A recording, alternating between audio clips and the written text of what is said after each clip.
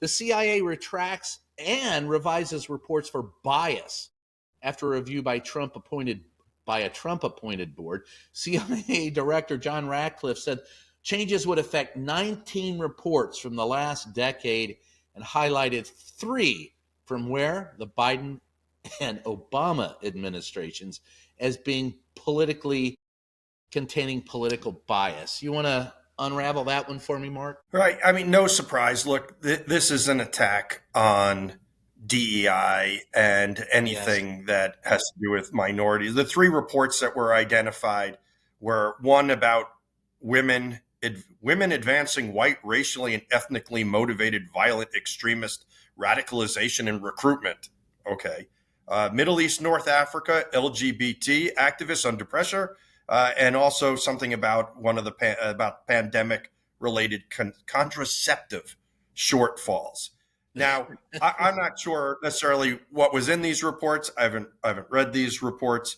The attack on them is that they lack analytical integrity, unlike the AHI report that actually the current chair of the House Select Committee on Intelligence, Republican Rick Crawford, has called for that report to be rescinded, the 2025 Intelligence Community Assessment, as being lacking of analytical integrity.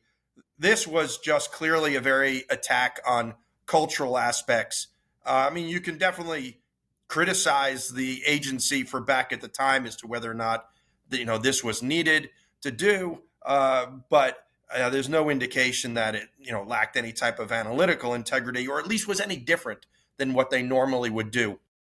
One of the criticisms was that they were citing to news reports as sources. Well, I mean, news reports get cited all the time in analytical and intelligence reports. I mean, sometimes that's how there is information that's being developed that actually is used to structure what our intelligence community objectives and policies will be.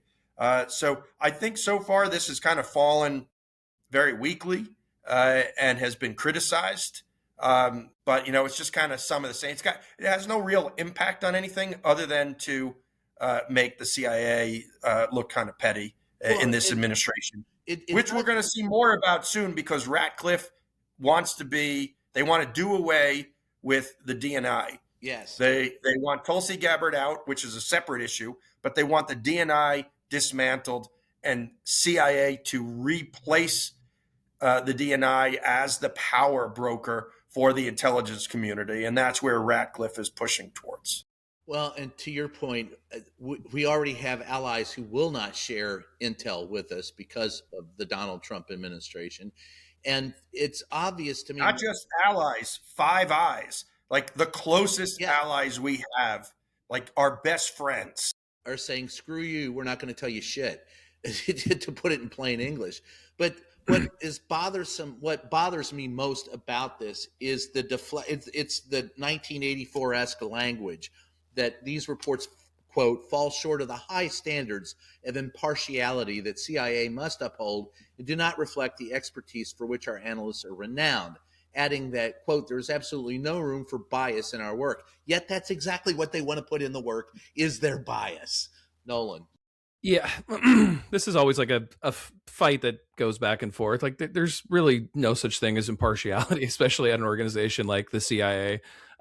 Trump is in power, and one thing he's done across the government, not just of the CIA, is really tried to restructure the type of bias that's appropriate within these organizations. He's done this at the DOE. He's done this now the CIA, across the board. So, I see it as part of kind of just Trump's larger agenda. He's what he refers to as the deep state.